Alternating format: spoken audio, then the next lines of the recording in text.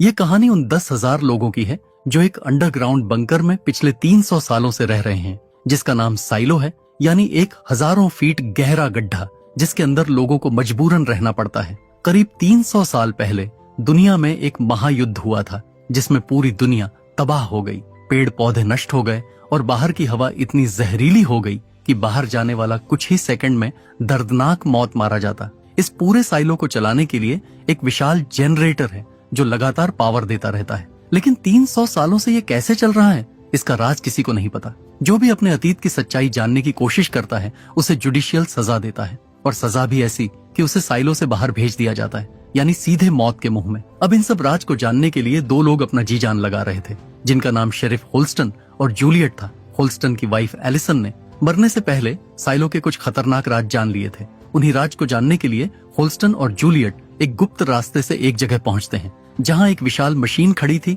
जिसने कभी साइलो की खुदाई करी थी।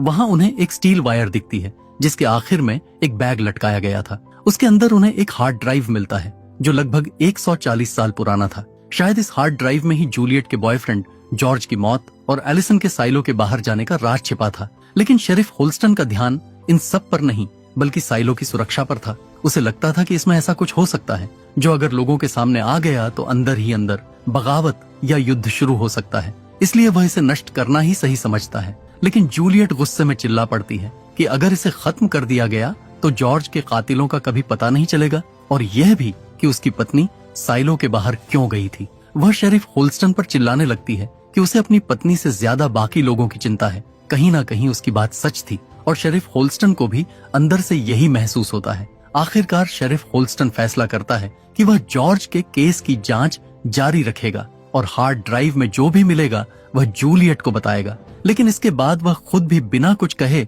बाहर चला जाता है और बाकी लोगों की तरह साइलो के बाहर उसकी भी मौत हो जाती है। दूसरी तरफ जूलियट भी अपने सारे राज होल्स्टन को नहीं बताती, क्योंकि उसके पास कुछ ऐसे खतरनाक सच थे जिन्हें जानने भर से जुडिशियल के लोग उसे साइलो से बाहर भेज सकते थे। इधर शेरिफ होल्स्टन के मौत के बाद नए शेरिफ के पद के लिए उम्मीदवारों की सूची जारी हो जाती है। डेप्यूटी मार्नेस ये सूची लेकर मेयर रूथ के पास पहुंचता है। सूची में 4 नाम थे और सभी जुडिशियल से जुड़े हुए थे। जुडिशियल कुछ अमीर लोगों का सिस्टम था जो पूरे साइलो को 300 सालों से कंट्रोल कर रहा है। मार्नेस को अफसोस था कि अगर होल्स्टन ने पहले ही अपना वारिस चुन लिया होता तो यह स्थिति नहीं आती। फिर वह बताता है कि होल्स्टन ने दरअसल एक लेटर के जरिए अपना उत्तराधिकारी चुन लिया था जिसका नाम जूलियट निकल्स है, जो डीप डाउन में एक इंजीनियर है। यह सुनकर सब चौंक जाते हैं कि एक इंजीनियर को शेरिफ क्यों बनाया जाए। फिर भी मेयर रूथ उससे मिलने का फैसला करती है। उधर जूलियट सच्चाई की तलाश में फिर उसी सीक्रेट जगह पर पहुंचती है जहां वह और जॉर्ज मिला करते थे। उसे याद आता है कि जॉर्ज ने उसे बताया था कि साइलो के सबसे नीचे एक हिडन डोर है और वहां तक पहुंचने के लिए उसने रोप्स का इंतजाम किया था। हालांकि जूलियट को पानी से बहुत डर लगता था, इसलिए वह पहले कभी नीचे नहीं गई। लेकिन अब सच जानने के लिए वह अपना डर किनारे रखकर नीचे उतरने का फैसला करती है। वह रोप्स के सहारे नीचे जाती है, लेकिन वहां उसे कोई दरवाजा नहीं मिलता। उसकी आखिरी उम्मीद भी टूट जाती है। इस सच को सहन न कर पाने की वजह से वह रात भर शराब पीती रहती है। अगली सुबह मेयर रूथ और डेप्यूटी मार्नेस जज मीडोज से मिलने जाते हैं, क्योंकि नए शेरिफ का चुनाव उसी के हाथ में था। इस दौरान वे आईटी हेड बर्नार्ड हॉलैंड से भी सलाह लेते हैं। जैसे ही जूलियट निकल्स का नाम सामने आता है, बर्नार्ड गुस्से में आ जाता है और उसे चोर बताता है। वह कहता है कि कुछ महीने पहले जूलियट ने सर्वर के लिए इस्तेमाल होने वाले हीट टेप के बॉक्स चुराए थे। हालांकि ये कभी साबित नहीं हुआ। मेयर रूथ साफ तौर पर नहीं चाहती कि जुडिशियल अपना कोई आदमी उन पर थोपे, इसलिए वह खुद जूलियट को परखना चाहती है। इसके बाद वे दोनों डीप डाउन की ओर निकल पड़ते हैं, जो एक दिन का लंबा सफर था। रास्ते में मेयर लोगों से मिलती जुलती रहती है। वहीं दूसरी तरफ जूलियट शराब के नशे में धुत होकर देर तक सोती रहती है। इधर साइलो के जनरेटर में खराबी आ चुकी थी। वहां पहुंचते ही जूलियट ने अपने जूनियर साथी कूपर को गुस्से में पंच मार दिया, जबकि वह उसकी गैर मौजूदगी में रोटर ठीक करने की कोशिश कर रहा था। किसी तरह रोटर को टेम्पोरेरीली संभालने के बाद उसे नॉक्स को जवाब देना पड़ा, जो मैकेनिकल डिपार्टमेंट का हेड था। नॉक्स ने उसे डांटते हुए काम से हटा दिया और कहा कि जब नशा उतर जाए तब वापस आना। थोड़ी देर बाद जूलियट फ्रेश होकर मार्था के पास पहुंचती है। जूलियट काफी परेशान थी क्योंकि जॉर्ज ने उसके लिए इतने सुराग छोड़े थे, फिर भी वह कुछ पता नहीं लगा पाई। मार्था समझ जाती है कि उसी फ्रस्ट्रेशन में उसने कूपर पर गुस्सा निकाला। यह सुनकर जूलियट भड़क उठती है और कहती है कि मार्था सालों से बैठकर रेडियो सुनते हुए सबकी जासूसी करती रहती है। उसे दुकान से बाहर निकले 20 साल हो चुके हैं गुस्से में बड़बड़ाते हुए वह वहां से निकल जाती है। असल में मार्था सच में रेडियो के जरिए साइलो की हर छोटी बड़ी खबर रखती थी, किस फ्लोर पर क्या हो रहा है, किसका झगड़ा हुआ, सब कुछ। लेकिन उसने सच में सालों से बाहर कदम नहीं रखा था। शाम होते होते मेयर डीप डाउन पहुंच चुकी थी। थोड़े आराम के बाद डेप्यूटी मार्नेस उसे जूलियट से मिलाने ले जाता है, लेकिन तभी अचानक साइलो के विशाल जनरेटर से अजीब आवाजें आने लगती हैं और वहां हड़कंप मच जाता है। मेयर नॉक्स से मिलती है, जो पहले से ही जनरेटर की हालत को लेकर परेशान था। सभी जूलियट को ढूंढ रहे थे, तभी वह दौड़ती हुई वहां पहुंचती है। आवाज सुनकर उसे समझ आ जाता है कि अंदर की समस्या गंभीर है और इसे ठीक करना बेहद खतरनाक हो सकता है। इसलिए उसके जूनियर साथी को वहां से हटा दिया जाता है, क्योंकि कोई दोनों को एक साथ रिस्क में नहीं डालना चाहता था। मेयर हैरान रह जाती है जब वह जूलियट को बिना डरे जनरेटर के अंदर जाते देखती है। उसी पल वह तय कर लेती है कि अगली शेरिफ वही बनेगी, और इसका कारण भी साफ था। शेरिफ होल्स्टन बेकर खुद उसे अपना वारिस चुन चुके थे। जूलियट के बारे में और जानने के लिए मेयर मार्था के पास जाती है। असल में जवान दिनों में दोनों अच्छी दोस्त हुआ करती थीं। मार्था से जूलियट के पास्ट और फैमिली के बारे में जानने के बाद मेयर वापस आती है और उसे शेरिफ बनने का ऑफर देती है। लेकिन जूलियट का ध्यान सिर्फ जनरेटर पर था। वह कहती है कि अगर वह शेरिफ बन गई तो इस जनरेटर को संभालने वाला कोई नहीं होगा, जिस पर पूरे साइलो की जिंदगी टिकी है। इसलिए वह ये ऑफर ठुकरा देती है। मेयर जाते समय उसे होल्स्टन का बैज दे देती है। उनके जाने के बाद इस बात पर चर्चा शुरू होती है कि आखिर होल्स्टन उसे शेरिफ क्यों बनाना चाहता था। तभी डेप्यूटी हैंक की नजर बैज के पीछे लिखे शब्द पर पड़ती है, जिस पे ट्रूथ लिखा था। इसका मतलब साफ था, होल्स्टन चाहता था कि जूलियट शेरिफ बनकर सच्चाई को सामने लाए। यह समझते ही जूलियट तुरंत मेयर के पास जाती है और कहती है कि वह शेरिफ बनने के लिए तैयार है, लेकिन उसकी एक शर्त है। वह साइलो के जनरेटर को शट डाउन करना चाहती है ताकि रोटर को पूरी तरह रिपेयर कर सके। यह फैसला बहुत बड़ा था, क्योंकि 300 साल में पहली बार जनरेटर बंद होने वाला था। इससे पूरे साइलो की बिजली चली जाती। लेकिन जूलियट साफ कहती है, अगर आज रिस्क नहीं लिया गया तो एक ना एक दिन रोटर पूरी तरह टूट सकता है और तब पूरा साइलो हमेशा के लिए अंधेरे में डूब जाएगा। काफी सोच विचार के बाद मेयर रूथ आखिरकार उसकी शर्त मान लेती है। तुरंत ही पूरे साइलो में घोषणा कर दी जाती है कि रात 10 बजे जनरेटर को रिपेयर के लिए बंद किया जाएगा, जिसके कारण कुछ घंटों तक बिजली नहीं रहेगी। इस दौरान सभी लोगों को सेफ जोन या अपने घरों में रहने का आदेश दिया जाता है। साफ चेतावनी भी दी जाती है कि जो भी इस नियम को तोड़ेगा उसे बख्शा नहीं जाएगा। अब अगर आप यहाँ तक पहुंच चुके हैं, इसका मतलब आपको कहानी पसंद आ रही है, इसलिए एक लाइक और सब्सक्राइब तो बनता है। अब इस फैसले से बर्नार्ड काफी हैरान था। वहीं मैकेनिकल रूम में भी हलचल मच गई। जूलियट सबको समझाती है कि पहले वे मोटर की आउटर लेयर खोलकर फॉल्ट ढूंढेंगे, फिर नॉक्स स्टीम पाइपलाइन बंद करेगा और उसके बाद खराब हिस्से को ठीक किया जाएगा।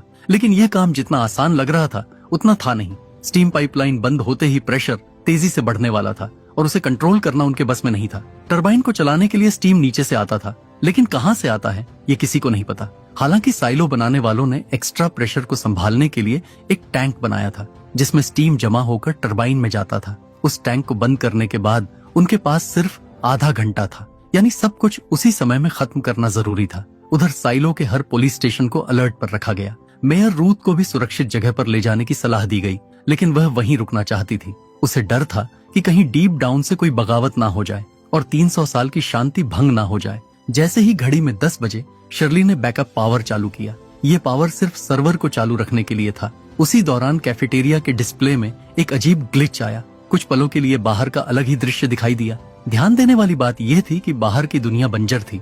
वहाँ एक भी पेड़ पौधे नहीं थे और उस समय रात के 10 बजे थे। उस वक्त बाहर ऐसा दृश्य होना संभव नहीं था। यही एक बड़ा सवाल खड़ा होता है, क्या जो दुनिया शेरिफ होल्स्टन ने देखी थी वह भी झूठ थी?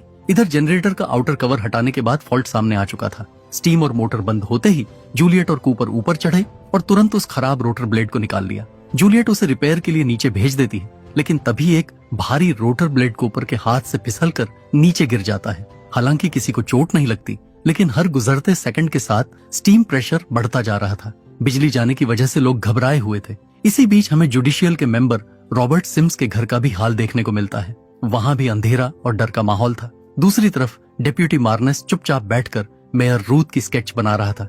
जैसे ही मेयर सामने आती है वह उसे छिपा देता है। इससे साफ था कि वह मन ही मन उन्हें पसंद करता था। मेयर भी डीप डाउन इसी बहाने आई थी ताकि जूलियट से मिलने के साथ साथ मार्नेस के साथ वक्त बिता सके। अब तक 20 मिनट बीत चुके थे और स्टीम टैंक उम्मीद से पहले ही फटने की कगार पर पहुंच गया था। नॉक्स तुरंत जूलियट को चेतावनी देता है कि उनके पास बहुत कम समय बचा है। टेम्परेचर रेड लाइन क्रॉस कर चुका है। यह सुनते ही जूलियट सारा काम कूपर को सौंपकर नीचे कूद जाती है। वह टैंक के अंदर जाकर उस पर पानी डालकर उसे ठंडा करने लगती है। उसकी यह ट्रिक काम करती है और टेम्परेचर कुछ समय के लिए कम हो जाता है, लेकिन खतरा अब भी टला नहीं था। कुछ ही देर बाद टेम्परेचर फिर से रेड लाइन पार कर जाता है। जिस टैंक में खड़ी होकर जूलियट पानी डाल रही थी, उसका पानी पहले से ही उबलता हुआ था और टैंक भी भरने के करीब था। इसके बावजूद वह आखिरी पल तक डटी रहती है। उधर रोटर ब्लेड की मरम्मत पूरी हो चुकी थी, अब बस उसे सही तरीके से फिट करना बाकी था। कूपर ने जैसे तैसे ब्लेड को ऊपर खींचा और टैंक फटने से ठीक पहले उसे अपनी जगह पर लगा दिया। इसी बीच जूलियट भी किसी तरह मौत के मुंह से बाहर निकल आई। अगले ही पल स्टीम वाल्व खोल दिया गया और जैसे ही मोटर दोबारा चालू हुई, उसकी स्मूथ आवाज सुनकर सबके चेहरे खिल उठे। और इसी तरह जूलियट और उसकी टीम ने न सिर्फ जेनरेटर को ठीक किया, बल्कि उसके साथ साथ उन 10,000 लोगों की जिंदगी और उन्हें अंधेरे से भी बचाया। अगली सुबह जूलियट के जीवन का एक नया चैप्टर शुरू होने वाला था। शेरिफ बनने से पहले वह मार्था से मिलने गई और अपने साथ एक अजीब सा डिवाइस भी लाई, जिसे मार्था ने पहले कभी नहीं देखा था। बचपन से अब तक मार्था ने उसके लिए जो कुछ भी किया था, उसके लिए जूलियट ने उसे दिल से धन्यवाद कहा और नई जिम्मेदारी संभालने के लिए निकल पड़ी। दूसरी तरफ बर्नार्ड इस फैसले से बिल्कुल खुश नहीं था। जनरेटर बंद करना और एक सस्पेक्टेड चोर को शेरिफ बनाना उसे बिल्कुल मंजूर नहीं था, लेकिन उसके पास विरोध करने के अलावा कोई विकल्प नहीं था, क्योंकि सारी पावर मेयर के हाथ में थी। जूलियट के शेरिफ बनने की फॉर्मेलिटीज पूरी ही हुई थी कि तभी मेयर रूथ को अचानक तकलीफ होने लगी। डेप्यूटी मार्नेस ने पूछा तो उन्होंने बहाना बनाकर बाथरूम जाने की बात कही, लेकिन अंदर जाते ही वह गिर पड़ी। आवाज सुनकर मार्नेस ने दरवाजा तोड़ा और देखा कि मेयर तड़प रही थी। उसने मदद के लिए पुकारा, लेकिन तब तक बहुत देर हो चुकी थी। मेयर को बचाया नहीं जा सका। सुबह तक बर्नार्ड को भी इस घटना की खबर मिल गई। मार्नेस गहरे सदमे में था और उसे शक था कि किसी ने मेयर के पानी में जहर मिलाया था। हालात को देखते हुए बर्नार्ड ने जूलियट को शेरिफ बना दिया, क्योंकि नए चुनाव तक साइलो के कानून द पैक्ट के अनुसार वही अब साथी मेयर था। जब जूलियट शेरिफ ऑफिस की तरफ बढ़ रही थी तो रास्ते में उसे अपने बचपन की यादें सताने लगीं। यही कहीं उसका घर हुआ करता था, एक खुशहाल परिवार जो एक हादसे के बाद बिखर गया। उसके भाई के साथ साथ उसकी माँ की भी मौत हो गई थी और उस समय जूलियट सिर्फ 13 साल की थी। उसके पिता एक डॉक्टर थे, लेकिन वह उसका ठीक से ख्याल नहीं रख पाते थे। एक दिन जब जूलियट भूख से परेशान होकर खाना बना रही थी तो चेयर ठीक करते करते ध्यान भटक गया। जब उसके पिता लौटे तो तवा इतना गर्म था कि उनका हाथ जल गया। गुस्से में उन्होंने जूलियट को डांट दिया कि बेकार काम छोड़कर जरूरी चीजों पर ध्यान दो। जूलियट को लगता था कि उसकी माँ की मौत के लिए उसके पिता भी जिम्मेदार हैं। हालांकि पिता भी परेशान थे, लेकिन उनके पास कोई और रास्ता नहीं था। अपने दुख को भूलने के लिए जूलियट खुद को हमेशा काम में व्यस्त रखने लगी। आखिरकार वह घर छोड़कर डीप डाउन भाग गई, जहां उसकी मुलाकात मार्था से हुई। उसने झूठ कहा कि उसके पिता ने उसे काम करने भेजा है और उसने उसके पिता का झूठा लेटर भी दिखाया। मार्था को यकीन नहीं हुआ कि एक डॉक्टर की नाजुक बेटी वहां काम कर पाएगी, इसलिए वह उसे वापस भेजना चाहती थी। लेकिन जूलियट अड़ गई कि वह वापस नहीं जाएगी।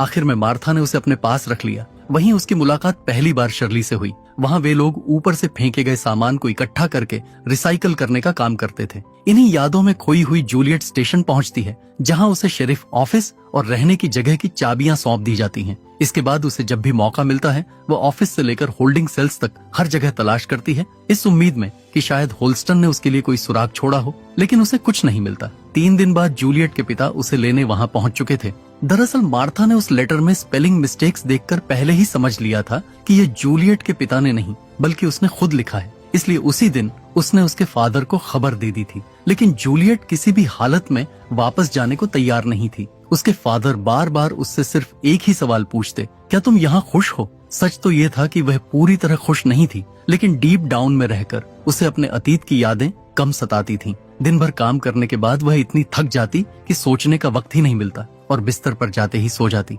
आखिरकार उसके फादर उसकी भलाई के लिए उसे मार्था के पास छोड़ने को मान गए, जिसके बाद मार्था ने उसे नॉक्स के पास काम सीखने भेज दिया। इन्हीं ख्यालों में खोई हुई जूलियट को अचानक बर्नार्ड की दस्तक सुनाई देती है। जूलियट उसी घर में रह रही है जहां शेरिफ होल्स्टन और एलिसन रहा करते थे। बर्नार्ड वहां उसे शेरिफ बनने की कसम दिलाने आया था। एक गवाह की मौजूदगी में जूलियट ने द पैक्ट पर हाथ रखकर शेरिफ पद की शपथ ली।